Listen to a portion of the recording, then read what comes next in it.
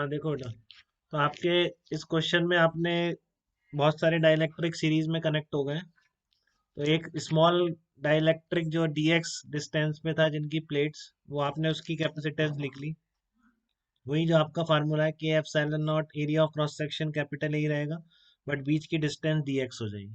ठीक है। अब क्योंकि ये किस में कनेक्टेड है, सारे की सारे आपके सीरीज में है, तो इसलिए आप अगर पैरेलल में होते तो C equivalent equals to integration DC use करते। बट ये सीरीज में है तो क्या यूज करेंगे आप, one upon C equal to integration one upon D C. तो डीसी की वैल्यू उठा के रख दीजिए, K epsilon not A upon D X. ठीक है। तो one upon epsilon not A common आ जाएगा। आप एक्स की वैल्यू कहाँ से कहाँ तक वेरी कराएंगे, सारे के सारे कैपेसिटर्स कवर हो जाए, तो जीरो से डी तक आप इसको के की वैल्यू यहाँ से उठा के रख दीजिए, और सिंपली आप इसको इंटीग्रेट कर लेंगे। ठीक है ना, ए प्लस बी एक्स वाला इंटीग्रेशन है, तो वन अपॉन ए नीचे आ जाएगा। और फिर आपको पता है ln A plus B X upper limit minus lower limit, तो इस तरह से फाइनल आंसर ये आएगा आपका एप्सिलॉन नॉट ए के two minus K one upon D ln के टू बाई के वन। तो यहाँ पर आपने इक्विवेलेंट कैपेसिटेंस किसके थ्रू निकाल ली, ये आपने निकाल ली इंटीग्रेशन के थ्रू। ठीक है। वैसा एक और एग्जांपल है, देखो ये बहुत फेमस एग्जांपल है, ये आया हुआ है डायरेक्ट क्वेश्चन अभी। ठीक है, लास्ट ईयर का ही ध्यान है मुझे शायद। हाँ बताइए बेटा। सर वो के बताइएगा आप। पहले वाले क्वेश्चन में, यस सर। पहले वाले बताओ हाँ। कहाँ पे बेटा बोलो। सर ये स्टार्टिंग के निकलना है ये। के तो आप उससे निकालते स्ट्रेट लाइन इक्वेशन से। अब आप कैसे निकालते मैथ में वो देखो। मैं तो ऐसे निकाल लेता हूँ कि यहाँ पर के मान लिया किसी एक्स पर, किसी एक्स पर जाकर के मान लिया है, तो ये के माइनस के वन हो गया। ठीक है, तो टेन थीटा इक्वेट कर देता हूँ। आप पॉइंट ज्वाइनिंग से निकालते हैं, स्ट्रेट लाइन की इक्वेशन लिखिए बेटा, दो पॉइंट पता है ना आपको। देखो X equal yes to sir. Zero पर के वन दे रखा है और एक्स इक्वल टू डी पे के टू दे रखा है। तो बीच में के एक्स के साथ कैसे वेरी करेगा, आप चाहे से दो पॉइंट्स को ज्वाइनिंग लाइन की इक्वेशन से लिखें, या इस टेन थीटा को इक्वेट कर लें, K minus K one divided by X equal to K two minus K one upon D. वो आप जैसे भी करते यस। हो। क्लियर है दीपेंद्र एकदम। हाँ तो ऐसे ही निकाला है, दे रखा था इसने लीनियर वेरिएशन कर रहा है के वन से के टू तक। तो इस तरह का प्लॉट भी दे रखा था, तो आपको बोल रखा था कि अब आप निकालिए इक्विवेलेंट, तो के आपने इससे निकाल लिया। हो सकता है आपको के डायरेक्टली गिवन दे देता तब भी ठीक। ठीक है। तो इसके बाद इस तरह का है, देखो capacitor is form by two metal square plates of side A. ये स्क्वायर प्लेट्स हैं, ध्यान रखो, मतलब अगर आप इधर ऐसे बनाओगे इसकी, ठीक है ना, ऐसा ऊपर से टॉप व्यू देखोगे तो ये डिस्टेंस भी ए होगी, तो एरिया ऑफ क्रॉस सेक्शन इसका ए स्क्वायर हो गया बेसिकली। ठीक है ना, स्क्वायर मेटल प्लेट डिस्टेंस दी है, dielectric of constant K one and K two are filled in the gap.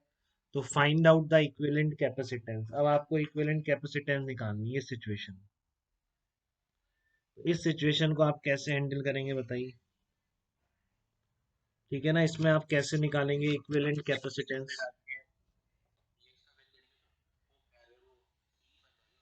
हाँ बिल्कुल, यहाँ पर बहुत सारे सीरीज में हो जाएंगे, और क्या हो जाएगा फिर बाकी वो सारे पैरेलल में हो जाएंगे। मतलब ये सिचुएशन है, देखिए आप इसमें ध्यान से बेटा, इसमें डायरेक्टली कुछ नहीं बन रहा है। ठीक है ना, कि मैं कहीं प्लेट रख दूं, बट ये समझ में आ रहा है कि देखो, ये यहाँ पर मैं इस तरह के टुकड़े कर लूँ बहुत सारे।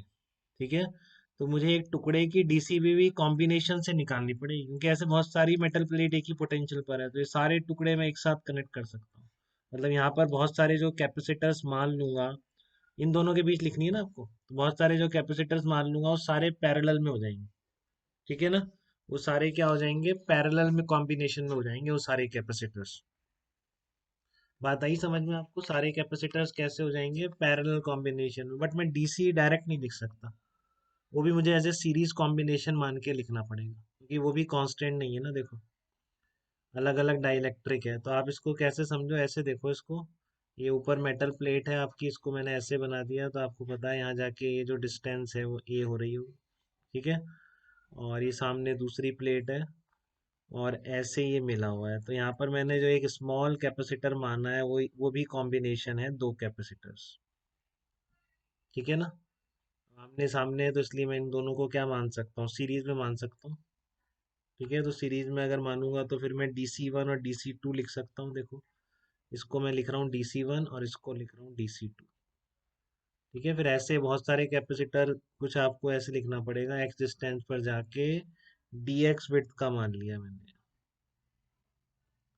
ठीक है ना, एक्स डिस्टेंस पर जाके DX विड्थ पे मान लिया, क्योंकि इस तरह का है ना, आप समझ रहे हैं, एक साथ नहीं निकल पाएगा कुछ भी। तो एक्स डिस्टेंस पे जाके DX विथ मानिए। अब इसका मैं DC लिखूंगा और फिर इंटीग्रेशन DC कर दूंगा, क्योंकि ऐसे बहुत सारे कैपेसिटर्स हैं और सारे के सारे किसमें, पैरेलल कॉम्बिनेशन में, क्योंकि सबकी एक प्लेट यहाँ पर है, ये सारी एक साथ कनेक्ट हो सकती है। इधर वाली प्लेट सबकी एक साथ कनेक्ट हो सकती है। देखो मैं लिख रहा हूँ DC1 लिख रहा हूँ, आप थोड़ा ध्यान से देखिए, क्योंकि डाउट लगे। इसको मैंने K1 माना हुआ है, इसको मैंने K2 माना हुआ है इधर। तो ये ऊपर वाला एक ही है पूरा। ठीक है ना, बस बीच की डिस्टेंस माननी पड़ेगी आपको एक्स की टर्म में। तो अभी तो मैं इसको देखो Y1 बोल देता हूँ और ये डिस्टेंस में Y2 बोल देता हूँ। क्लियर है आपको ये? ठीक है, और फिर इसको आप थीटा की टर्म में लिख ही सकते हैं, ये थीटा है।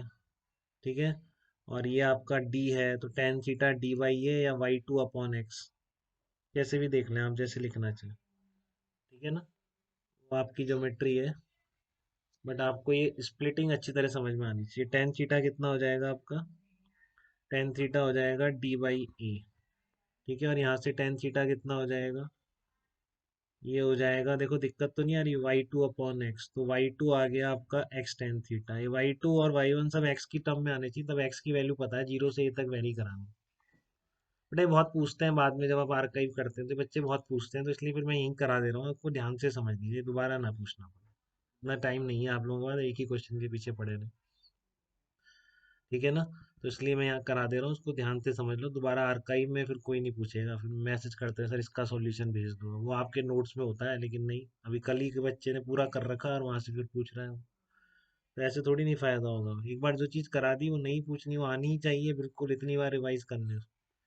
देखो कितना आ रहा है आपका ये, K1 ε0 A। Area of cross section क्या लूँ इसमें बताओ, इसका एरिया ऑफ क्रॉस सेक्शन समझ पा रहे हैं कि आप कितना लूंगा। ये प्लेट है पूरी, बेसिकली दिख रही है आपको, ये प्लेट जो मैंने स्मॉल कैपेसिटर माना है DX विड्थ का, इसकी एक प्लेट ऊपर वाली ये है। तो आप ये एरिया पूरा, ये पूरा लिख लेंगे बेटा, ये वाला एरिया है पूरा, शेडेड कर दूंगा तो ये एरिया, हाँ, तो इस प्लेट का एरिया कितना हो जाएगा, length into width, A into DX हो जाएगा। ठीक है, देखो दिक्कत तो नहीं किसी को। हाँ राधिका, A इंटू DX बिल्कुल। ए आपकी स्क्वायर प्लेट थी ना, क्योंकि A इंटू DX अपॉन बीच की डिस्टेंस कितनी है दोनों प्लेट्स की, Y1। ठीक है, अब आपने Y2 निकाला है, तो इसको Y1 को भी Y2 की टर्म में लिख दो। K1 ε0 A dx upon Y1 को मैं लिख रहा हूँ D-Y2। ठीक है, Y2 की जगह एक्स टेन थीटा लिख देंगे। K1 ε0 A dx upon D-X tan theta. यहाँ तक देखो दिक्कत नहीं है किसी को भी। ठीक है ना, ये क्वेश्चन समझना बहुत जरूरी है, क्योंकि अब बाद में कहीं ना कहीं मिलेगा ही आपको, दोबारा फिर डाउट नहीं आना चाहिए।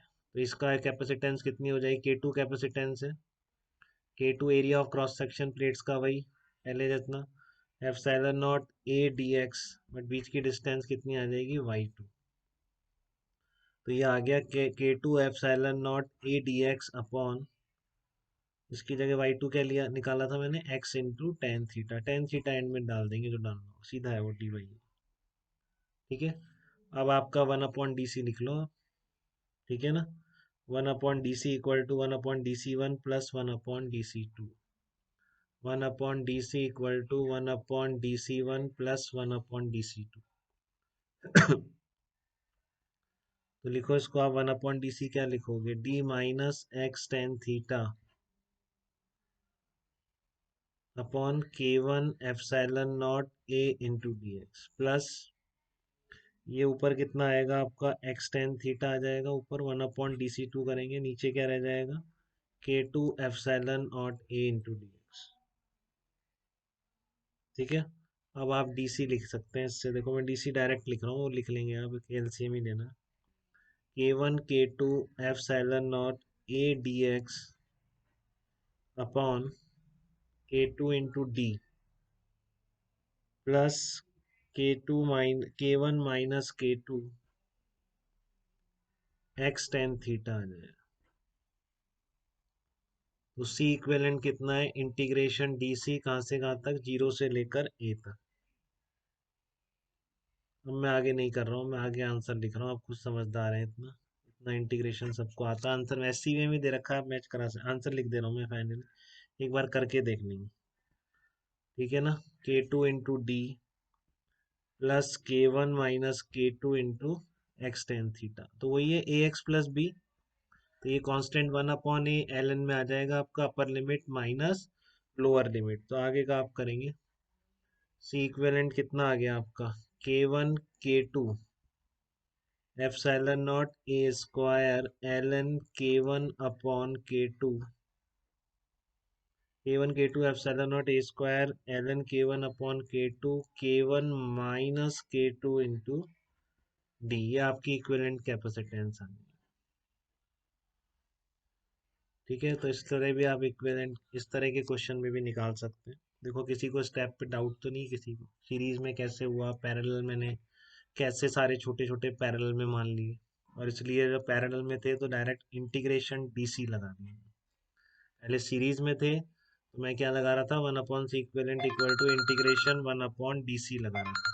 ये लोगों को पता ही नहीं रहता है क्लास